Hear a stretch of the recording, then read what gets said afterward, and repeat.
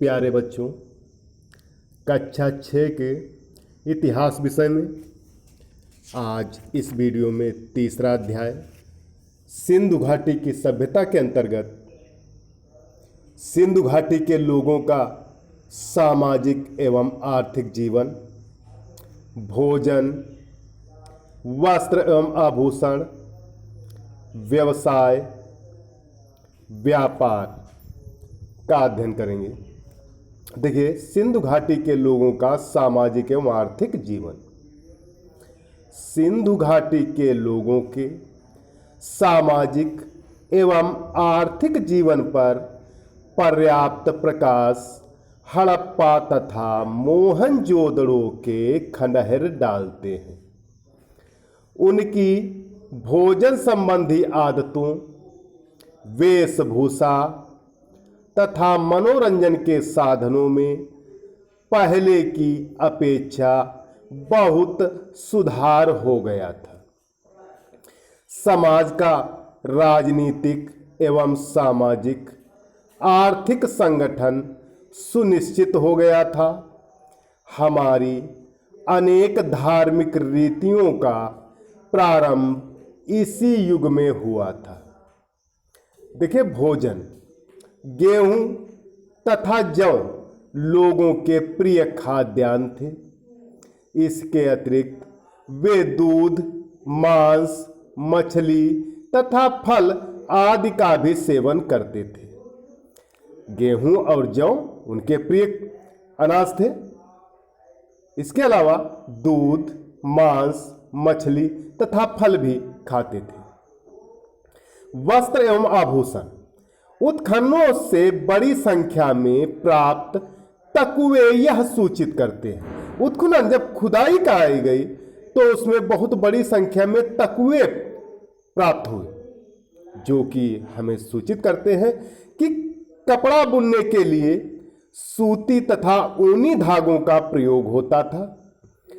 सभी पुरुष तथा स्त्रियां धोती तथा साल पहनते थे। साल अर्थात चादर। धनी तथा निर्धन सभी लोग आभूषण पहनते थे। स्त्रियां कान के झुमके, चांदी, हड्डी, पत्थर, हाथी दांत, गले का हार, चूड़ी, बाजूबंद, कौड़ियों आदि से बने कमरबंद पहनती थी।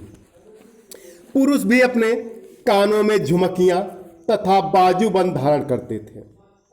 व्यवसाय, सिंधु घाटी के लोगों का प्रमुख व्यवसाय कृषि था। वे बाढ़ के जल से खेतों को सींचते थे। उनके गांव सामान्यतः बाढ़ के मैदानों के निकट स्थित होते थे। खेत भी नदी तट के निकट ही होते थे, जहां सरलता से जल पहुंच सकता था। उन लोगों ने बाढ़ के जल को नियंत्रित करने के लिए बांध तथा तटबंध भी बनाए थे।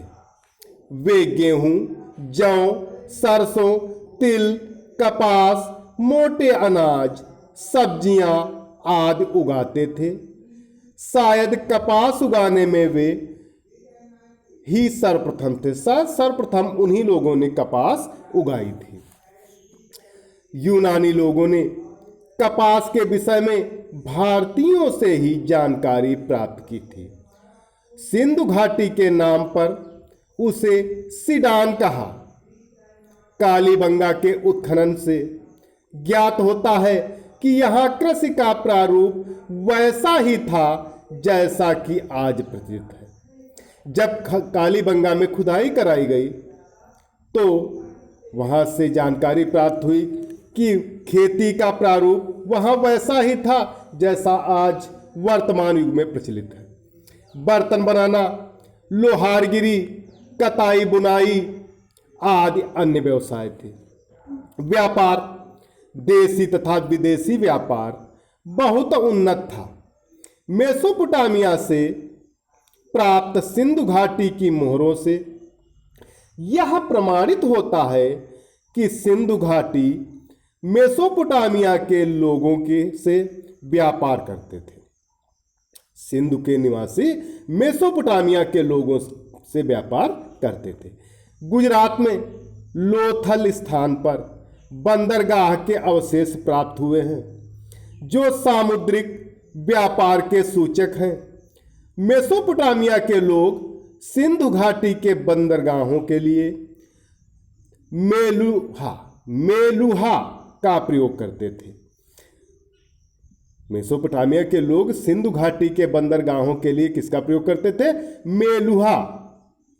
सिंधु घाटी दक्षिण भारत, बलूचिस्तान तथा फारस वर्तमान ईरान से भी व्यापार करते थे।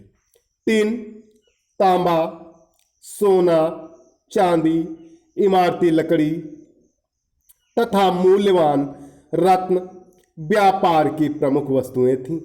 स्थलीय व्यापार में बैलगाड़ियों तथा जलीय व्यापार में नाव का प्रयोग होता था। तो प्यारे बच्चों, आज के लिए इस वीडियो में इतना ही। सभी विद्यार्थी इसे ध्यानपूर्वक समझें तथा होमवर्क वाले ग्रुप पर इसे अपनी भाषा में लिखकर अवश्य डालें। धन्यवाद।